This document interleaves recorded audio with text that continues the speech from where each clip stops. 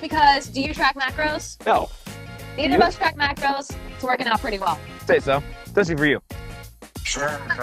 Welcome to another edition of the CBG Radio Podcast. We've got a good one for you today. We are going to be talking about diets that your mom probably did. And we all love our moms. We don't want to hate on them too much, but we are going to hate on their diets probably that they tried.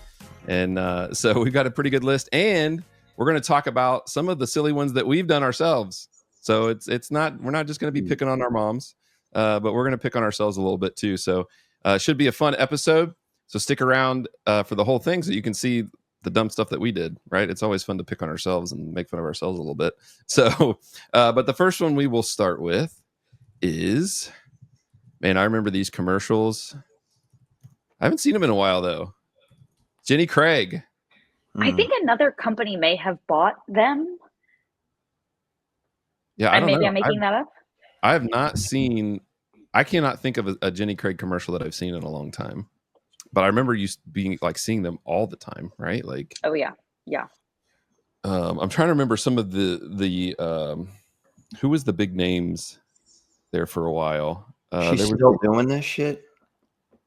There was the one lady from Cheers, Kirstie Alley, wasn't she the? Oh, yep, Kirstie Alley, the main person for a while. I think she actually passed away a few years back, but yeah, not a great advertisement for Jenny Craig. I guess not, right? So Jenny Craig is the one that sends you the meals, right? Very similar to a meal company plan thing that we recently talked about. Is it like Optavia? I'm not familiar with that one. Optavia sends you like cardboard, dude. Oh God. Bad. Yeah, they send you like cardboard food, like cracker cardboard food. It's disgusting. This, I think they actually send you like actual meals, but the problem is you're not gonna eat these same meals forever. Right. It's expensive, like and then you end up throwing them out, not eating them, and then obviously there's more. Yeah, that's hilarious. One-on-one coaching. Probably talk to like somebody from Taiwan on a call. Honestly, it's only chat. Yeah. It's just portion control. Like at the end of the day, it's genuinely just like you're eating these tiny little meals that probably taste like garbage. And all you're doing is controlling, assuming that you're following the plan and you're not eating, other things. It's just portion control, which you can do with anything. Yeah. I really want to start a chat and see what happens, but I guess that we don't have time. Yeah, we got too much to go over. Yeah. But yeah, it's that's kind of the 14-day plan. Like, what's that going to do? Get $100 off every shipment. How expensive is it? Yeah. So you can order up to 2 weeks, I guess, at a time. It's not even the money. Like, price per day, $24, 28. Yeah, I don't think that's the issue. It's the fact that these meals probably get pretty disgusting after like a couple weeks. And they're definitely like frozen. If I understand correctly, they're frozen. You pop them in the microwave. So we're talking about like, this is not fresh produce. This is not like, and not to say that that's the single most important thing in the world, but like if you're eating rice, chicken, and broccoli and you're getting it frozen from Jenny Craig in a portion controlled container versus just knowing your own portions and making it for yourself, like, common sense tells us that one is going to be a little healthier than the other. Yeah.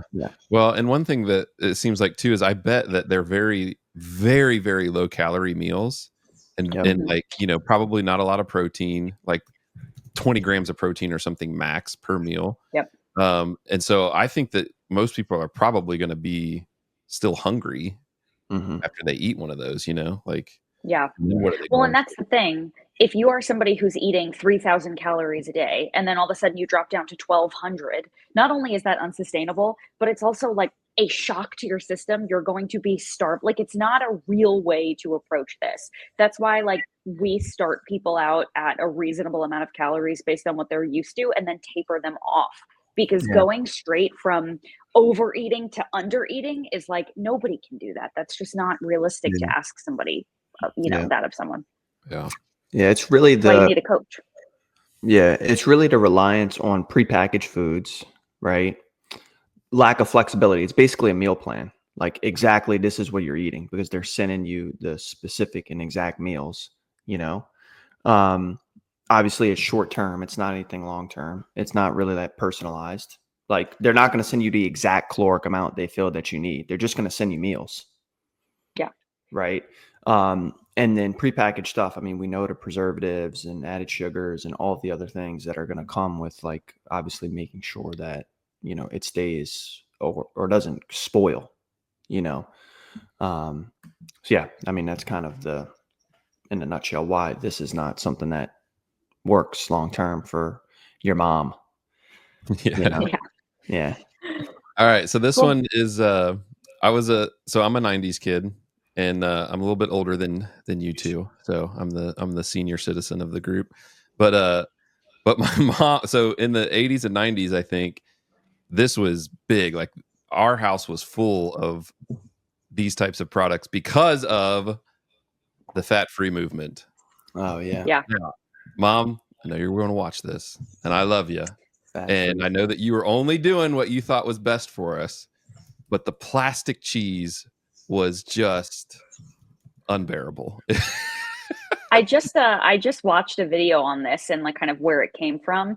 And the FDA changed the dietary guidelines based around this idea that dietary fat is what made you fat. And so companies like, you know, Big Food started pushing out fat-free versions of their products because they really didn't have to change much. They just took the fat out and replaced it with sugar to make things not taste horrible. And that ended up, of course, making people even fatter. So it was a very huge positive for the food industry because it was a super easy swap for them, and they could, you know, they had all the marketing they needed. But it was truly, like, from a nutritional standpoint, a huge issue. Yeah. The fat-free stuff, they just replaced it. Well, first off, it demonized all fat. So people thought fat was bad for years, like any type of fat, right? Which is not good. Obviously, we know fat helps with the absorption of like your, you know, your fat soluble vitamins, you know, like we need that vitamin A, D, E, K, hormone production, stuff like that. And then obviously they just replaced the fat with like sugar and other additives that almost got to the same amount of calories it would have been otherwise, you know. And Joel, you already mentioned too, like lack of satiety, like it just wasn't it was like eating styrofoam, you know, like it just doesn't it makes sense, you know. It's funny too, if you look back on like what foods were made fat-free, you could find like fat-free Pringles and like fat-free mayo and fat-free, and it's like, what were we like? What? Well, and the fat-free Pringles, I don't know if you remember this or know of this, but there was some sort of ingredient in them that I can remember that my mom would get these fat-free chips, and then she'd be like, "Now you can't eat too many of these or you'll get diarrhea." Like, it'd be like, "What? Why?" But there was some ingredient that they used in the chip, maybe for flavoring or something like that, because of they were like pretty gross to eat, to try to eat a fat-free, you know, Pringle. It was some sort of ingredient in them that if you ate too much of it, you'd crap yourself, I guess. So the fun fat-free days, I'm glad those are over. I love you, Mom. I think would be a good time to bring up why like all this stuff started changing in the 70s and 80s, you know. Because like these diets like weren't, like, at least from my understanding, right? Like there were some diets like keto and intermittent fasting that were developed like in earlier years, but it was for different reasons. But in like the 70s and 80s, there are a number of reasons why. I think obviously people started to, there were different like beauty standards, like starting in like the 60s, 70s, 80s, which is why like all these like certain, especially like the summer bod stuff and like a modern fitness boom, you know, like body image became huge. In addition, this is like when people like Dr. Atkins, the low carb approach that obviously all you know through the Atkins diet was like developed and stuff like that. People also at the time, I believe like this is where processed food started to really ramp up, like after World War II. And so like there were a lot of calorie dense foods. And so to counteract that, people like went way in the other direction. And then there was a lot of like emerging science at the time as well on food and food research. Even though a lot of it was wrong, people were researching it. And so the influence became really big, more confusion, and people started like camping out in terms of what they thought was correct and what wasn't, you know? And so obviously this ensued with moms and other people around the US, specifically in Western society. And so, yeah, that's why like all of these diets emerged, like that summer bod, you know, like the Arnold Schwarzenegger, like summer bod, like that's when all of that stuff, it's like the diet revolution, basically, you know? Yeah.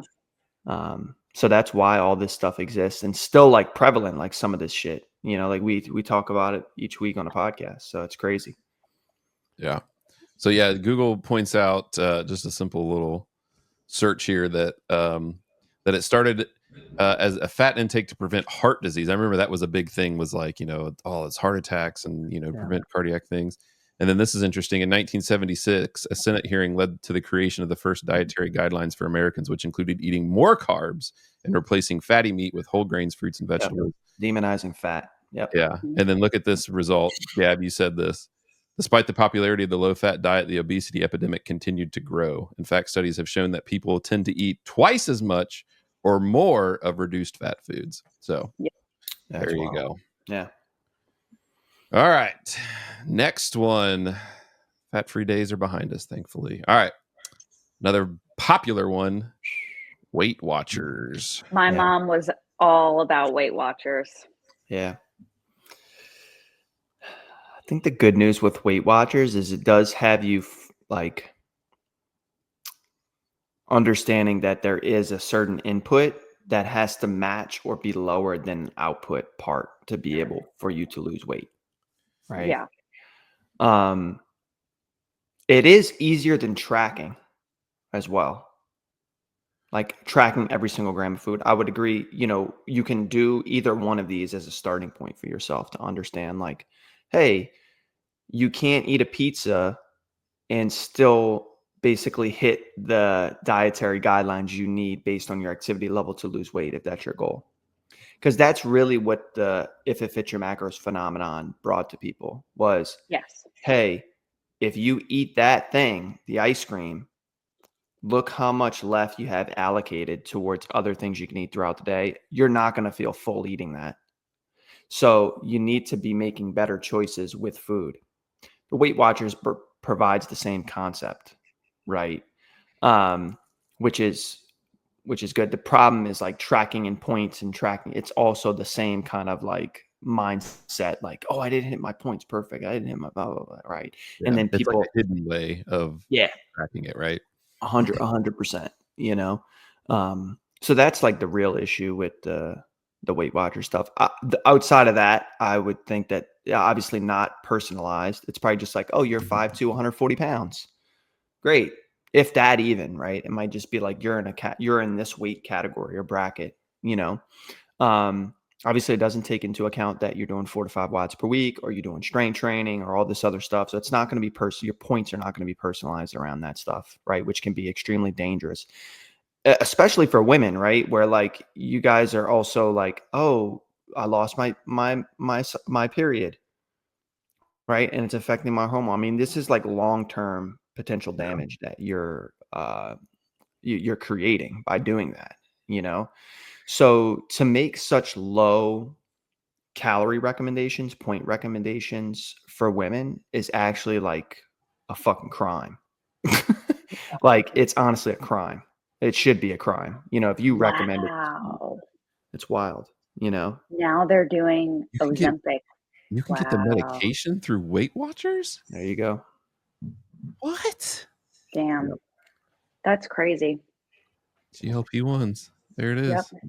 Yep. Which, listen, I have no issue with GLP-1s if you need it. I think there's definitely like a place for that. I don't think everybody needs it. And I think easy access is maybe going to end up doing more harm than good when people end up being like sarcopenic. But wow, getting it through Weight Watchers, that's crazy. Yeah, I think we're just on the forefront of these GLP-1s. I think right now, I wouldn't recommend for most people to utilize them because we don't know the correct dosage for each individual. Even women that are the same exact weight, or men, same exact weight, height, age, have to be on drastically different doses to just have the necessary response for regulation. The issue with it is like, what are the long-term effects of staying on GLP-1s, right? Because you would presume to have to continue to always take GLP-1s to be able to moderate your hunger signals. And so that's also an interesting aspect. And as we do know, there are a lot of side effects that come with any pharmaceutical drug out there. So, but I think we're definitely going to be on the forefront of some other, things that are created out there for people that could be beneficial. But yeah, it's crazy. Yeah. Right there. Wow. Yeah. Well, and so to summarize the Weight Watchers situation and kind of what you pointed out, Justin, was it sounds like the positives are not restrictive. You literally can eat whatever you want. You can eat, just different point system associated with each food. Yeah. But the point system is just another way of tracking. Food controlling you. Yeah. And so then being in that mindset of tracking can lead to some issues, which I'll give you an example. A friend of ours told us one time years back that she did Weight Watchers, I think during college or something like that. Mm-hmm. And so she literally would not eat all day and save up her points so that she could use all of her points on alcohol on the weekend. Yeah. So it's like that's an eating disorder. Basically, it just helps perpetuate those issues that we see with tracking macros. It's the same kind of issues come from that. So, all right, last one. We've got popular Atkins diet. I already brought that up earlier. Yep. Yeah. Yeah. So this is that emerging science I was talking about, 70s and 80s. Some emerging science was eliminate the fat. Some emerging science was eliminate the carbs. This is the carbs version of that. And what's interesting is that the eliminate carbs thing is still out there to a certain degree. This is what the MetFix is trying to do. Yeah. Albeit I think Greg's proposal is more eliminate the sugar companies is more of, I think, what he wants to say. But he says no sugar, which, I mean, everything gets broken down into sugar. I don't really know why he can't clarify that statement. But yeah, they're still demonizing around sugar and fruit, little fruit. Why? There's no reason to have little fruit. It's just stupid. It makes no sense. And so it's all about the calorie, right?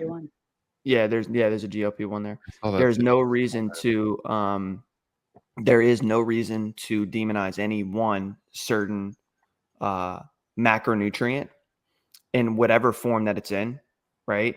It's all about the moderation. And obviously we want to limit processed foods over time, right? Because that's going to give us the best opportunity to stay in a deficit and feel like we're fuller longer and satiated and all the stuff that we need. So what I think is really interesting about all of these diets is we know that barring some kind of metabolic disorder, your weight is determined by the calories you take in versus the calories that you expend throughout the day. So what happens is when we find these diets that have these rules that we can follow, like no carbs, no fat, you're going to follow this point system, there's a set of rules. There's this idea that it is going to somehow create this conscientiousness for us. And if you are a low conscientious individual, no amount of rules is going to help. You're still going to have to say no to things that maybe you don't want to say no to. You're still going to have to be mindful of what you're doing. And so ultimately it's following these rules or not following these rules and just being mindful of what you're eating and saying no sometimes when you want to say yes and all of that stuff is going to be what helps you to control your weight and achieve, the physique that you want with exercise. And I think people don't want to have to quote unquote do the work. So they think, well, if I just follow this thing that has these rules, or they send me this food, or I just do this and I eat this bar and whatever, that it's going to be easier, but it's not. Yeah. Do you think that there's let me just throw this out there as a way to just, I don't know if I'm really playing devil's advocate, but is it a classification of some of these diets as like a good, better, best situation? Like, do you think that like CBG has the best way to, for overall health and fitness and performance, and Atkins might be a good way for someone that it works for, right? Because like Gab, you talked about, like, you're still going to have to say no. You're still going to have to be disciplined in certain ways, right? So I don't know, like, is that a way to look at it, or what? I don't know. What are you guys' thoughts on that? Yeah, this is a very good question, actually. If I had to put a finger, and this is where it becomes very complicated. If I had to put a finger on how many people the Atkins diet helps versus CBG over the long term sustainability, I would say Atkins helps a hell of a lot more people than we do. It's just a sheer volume thing. Now, on a percentage basis, CBG helps a lot more people than Atkins, right? Like CBG has like a 93% success rate. That's our number. I see what you're saying. Like those that start it, yes, are they more likely to keep going? Yeah, and maintain. And so the data within the 16 weeks is 93%. After that, obviously, we don't keep in contact with every single client that we work with, but obviously through that system, we know a lot of the clients continue to follow their blueprints and incorporate the right nutritional strategies and build the habits necessary. And we work with them long enough that the data shows that that should be the case, right? So, and that's where it becomes very complex, is because, the mom that's in her 50s that doesn't work out, right? That needs something easy because she's still working and she has 5 grandkids and whatever, could easily just maintain her weight following an Atkins like lower carb diet. She probably doesn't need that many carbs. She's not training or working out, right? If she is working out, though, that's not going to work. So that's where some of the personalized components of these different aspects and diets come in. Now, some diets are just plain stupid, right? Like that make no sense, like keto. Like there's nobody out there, unless you have epilepsy, where I would recommend like you should follow a keto diet or like a carnivore diet. Like that's like Joe Rogan and Jordan Peterson. And I still feel like they're fucking lying. I still feel like that's not how they eat all the time, right? They just they eat a shit ton of meat, and then it gives them the ability to eat, whatever they want when that time may come, right? And so I think that it's different for different people, and there's a lot of good nutrition information out there, but all of it's not good for you. And so that's where it becomes so difficult to disseminate between like what you should eat, shouldn't eat, what you should follow. And what I recommend is that you follow something that others like you have had success with. So, and I hear this all the time, because when I do calls with people to understand if they're a good fit for our program and all this stuff, they're doing 4 to 5 watts per week. They want to get stronger, PR, and they also want to look more fit. And they work with some guy that's a bodybuilder online last year. I'm like, why? Why did you work with someone that helps people get stage ready and body? Like, how did you get into that marketing sequence, end up on a call with someone or on a landing page and buy that when you don't bodybuild? Like, that's not what you do. You do CrossFit, right? Like, how did that happen? I think in the marketing around the work, like on IGM, is so good that like you could just be like, oh, this is definitely for me, when it's actually not. So like, if you're really serious about trying to take a next step, figure out like, I'm a woman. Okay. Does this work for women? All right. I'm in my 30s. Does this work for women in my 30s? I do CrossFit. Okay, great. Has this worked for people that do CrossFit? Right? Like, be very specific about what the type of program is, and then be honest with yourself about what you need. Hey, if I just had something to follow and I can move it around and change things myself, I feel like I could be successful. Great. Hey, I know I can't do that. I know I need somebody on my ass that like actually tells me what to do until I build the habits necessary to go off on my own. Great. I need a program that has really good accountability. Like, actually do research. Like, this is like an important aspect of your life, to lose weight and look better and for your confidence and all this stuff. Take the shit seriously. Take it seriously. It doesn't have to be with our program. You could click the link below and see if it's right for you, but it could be any program out there. Just make sure, do your research. Like actually do your research on the programs that developing, because Atkins, like I said, could be good for the 50-year-old mom that doesn't work out to help her maintain her weight.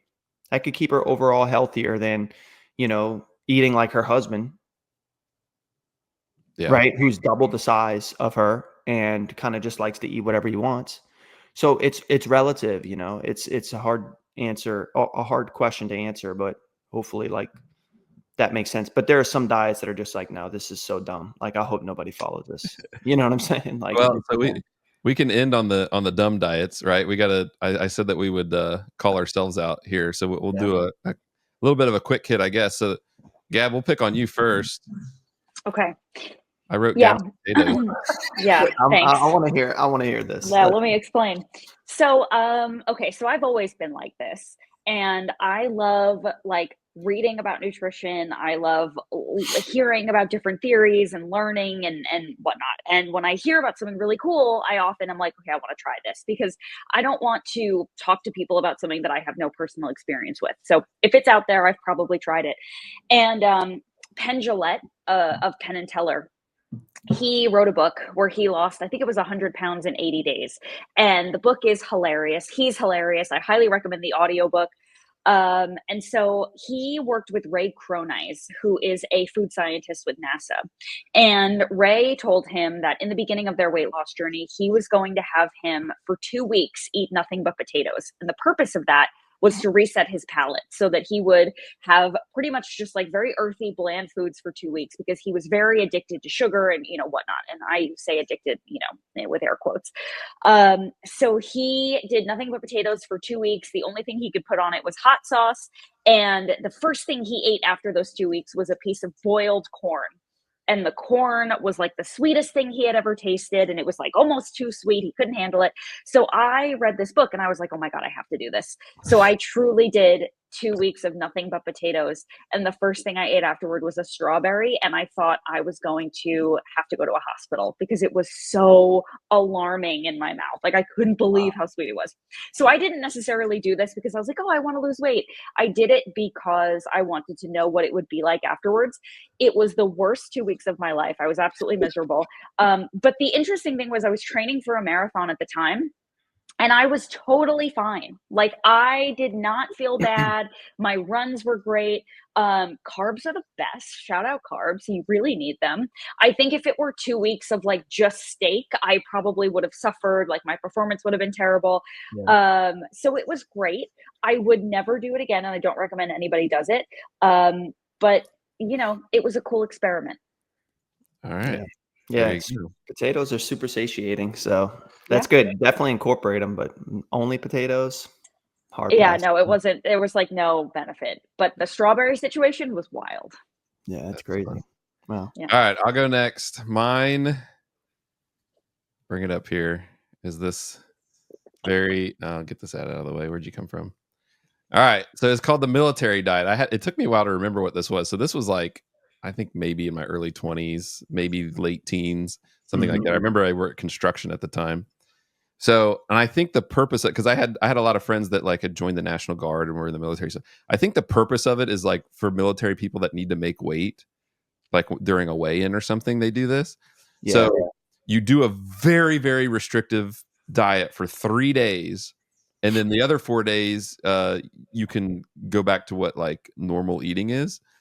But look at this lineup so this is 1 day, and each day is very specific, and you follow it specifically. So for breakfast, you got half a grapefruit, 1 slice of toast, 2 tablespoons of peanut butter, and a cup of coffee. No protein. No protein. And then you've got lunch. You've got a half a cup of tuna, which is like nothing. A slice of toast. Then you've got 3 ounces of any type of meat at dinner. A cup of green beans, a half a banana, small apple, and you do get a 1 cup of vanilla ice cream. There you go. So then it's like that we got at least 1 egg for breakfast, 1 cup of cottage cheese, and a hard-boiled egg. I know people that follow this also are stupid enough to follow keto. That's why I had this on the same page. Yeah, exactly. Look at this: 1 cup of cottage cheese, 1 hard-boiled egg, and 5 saltine crackers. That's what you get for lunch on day 2. Damn. So anyway, so it's just this crazy thing for 3 days. and you get through the 3 days. And so I did this for 3 days. I get through it. But then after that, it's like, I did it. Woo! And then you just you like go back to McDonald's. Yeah, I mean, it was like a 4-day binge, right? Yeah. So there you go. So that was my silly military diet that I tried and utterly failed at. So Justin, what do you got? Man, I would say since when I started doing CrossFit, I tried intermittent fasting because I wanted to just like eat a lot at one time or a couple times throughout the day, right? Issue was I used to work out in the morning because I was doing doubles. And then 2, there was no way like doing doubles I could get in the amount of calorie support that I needed when I was, just eating basically from, at nighttime, like 12 to 6 or 12 to 8, did a 16-8, So I ended up like literally like after like a month of doing that, I looked like I was on fucking Adderall. Like my muscle was gone. I was like, PRs were like, I was weaker in every category. It just wasn't good. I couldn't get in enough food, intermittent fast. That's why I don't recommend it to anybody. I just actually did a podcast a couple days ago. It'll come out next week. The 5 biggest mistakes you make, intermittent fasting, if you do 4 to 5 watts per week. So you can check that out next week, but I don't recommend intermittent fasting if you do 4 to 5 watts per week. I tried that once too, Justin. I did like 1 meal a day to see if it would help. And then I was like, you literally can't train if you're eating one giant meal a day. It doesn't matter when you eat it. Yeah. You're either super full and feel horrible or you're starving to death. Yeah. I look like I was part of the Addams family. Like I was sick. Like I was like sick. Like I look sick. You know what I'm saying? Yeah. It was not good. Not like sick. Yeah, no, not like that. Like ill. Ill. Yeah. All right. Well, there you have it. There's our diets that our mom probably did. And then our own kind of silly stories of the dumb diets that we've tried. So I do not recommend the military diet for anyone, even if you're in the military. There's other better ways to make weight. If you're just consistent, right? If you just stay consistent, then you'll be able to make weight for your weigh-ins if you're in the military, no matter what. So there you have it. That is all we have for you for this episode. So make sure that if you are, if you're not a client of CBG and you came across this podcast and you're wondering why, what's wrong with these diets and how is CBG different, there's a link in the description. Click that link, book a call, and just explore how CBG can help you out and help you perform better and look better and all the different categories. So, but I'm Joel for Justin, for Gab. Stay consistent out there, people, and quit tracking those macros. We'll see you next time. Peace out, everybody.